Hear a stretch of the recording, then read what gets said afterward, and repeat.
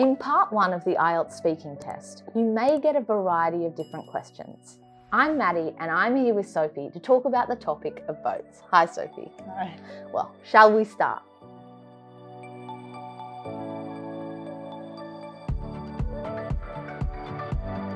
Okay, boats. Let's look at question 1. Do you often use a boat? I do often use a boat. Every so often, my family and I will go out on our boat, which is a sailboat, during the day, just to relax and sit in the sun.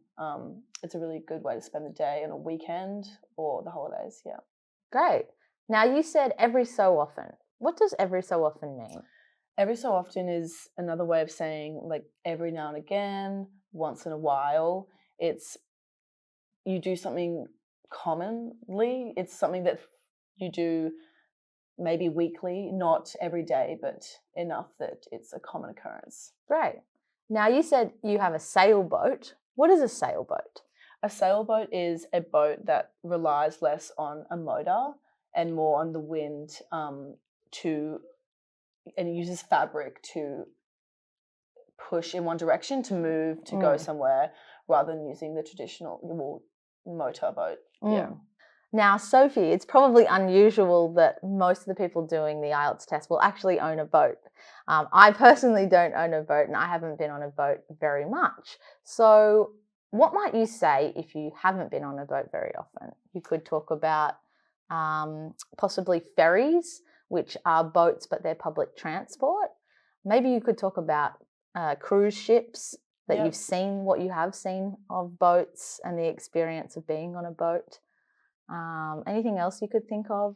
I think there's a lot of boats in movies and TV shows that could be a good way to bring up. Yeah. Looks like fun and it's a nice thing to do. Yeah, or why someone might use a boat. And possibly you could bring up being seasick. You know, maybe you're afraid of being seasick. Great. Do you remember the last time you went on a boat? The last time I went on a boat was recently overseas. We were in Italy and me and my friends booked a boat, rented a boat to go out for the day, like a day trip sort of thing. And one of my friends had a boat license, so she drove us around and we just spent the day relaxing, sitting in the sun and going to different places around the island. Yeah. That sounds very peaceful. So you said recently. What does that mean? Recently is quite subjective, but it tends to be a period of time that you would say is not that long ago. Yeah, like yesterday, maybe a few months ago, quite close to where you are, but not too far in the past. Yeah. And you also said overseas. What might that mean? Overseas, though in context, it's over the sea, but it usually applies to anywhere you're going international to a different country. Yeah. So you travel overseas to go overseas. And you also said a day trip. So what is a day trip? A day trip is something that you do and you're usually in one place or doing one thing for the entire day, and it's from the morning till usually late afternoon. You don't stay over in that place and you don't usually leave before it gets dark, that sort of thing. So it quite literally is a day trip. Now, I recently went to Venice and I went on a gondola. However, I didn't go on a tourist gondola because that was 80 to 100 euro. So we went on their public transport gondola that's just took you across the canal.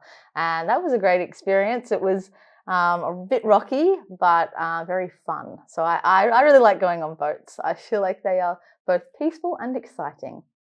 Great. Does your country have boats as public transport? We do have boats. We have ferries in particular. Basically, they're usually quite large boats and motorboats, not a sailboat. And they take you from one place to another over the water that you might not. It might be faster than driving around, or traffic might be an issue, which boats don't have that issue. So it's a good way to get around sometimes, yeah. And they aren't too common in Australia, just where there's water. Now, have you heard of water taxis? In some countries, such as Thailand, they do have water taxis to get around.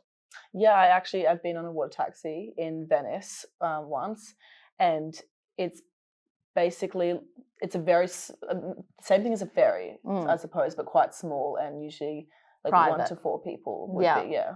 So it's very similar to a taxi in a car, but it Mm. just happens to be in a boat. Yeah, You can over the fit water. over the water. Yeah. Great. Now, do you ever get seasick? I don't usually get seasick, but I have been seasick once, and it was when I was on a boat and the water's quite choppy, quite windy, and the boat was like moving around a lot, which upset my stomach, and Mm. usually is followed by vomiting Mm. in some cases, which is not a good feeling. No, that's very unpleasant. Now, you said choppy water. What does choppy water mean? Choppy is a term to describe quite like erratic movements, Yeah. usually for the water, Yeah. which is waves, wind, a lot of movement that's quite like rough. Yeah. So it's rough. It's the opposite to still. It's opposite to calm. Great. Now, vomiting. What's another word? What are some other words for vomiting? I think some other words would be like throwing up. Yeah. The feeling you get before you vomit is like the feeling of nausea, Yeah. feeling nauseous. Feeling sick. Yeah, which are all very unpleasant feelings that can come with going on a boat. Well, boats could be a tricky topic in IELTS Speaking Part 1, so I wanted to give you some ideas to help you on this topic. I'm Maddie from IELTS Daily. Thank you so much to Sophie for helping me today. I'll catch you next time.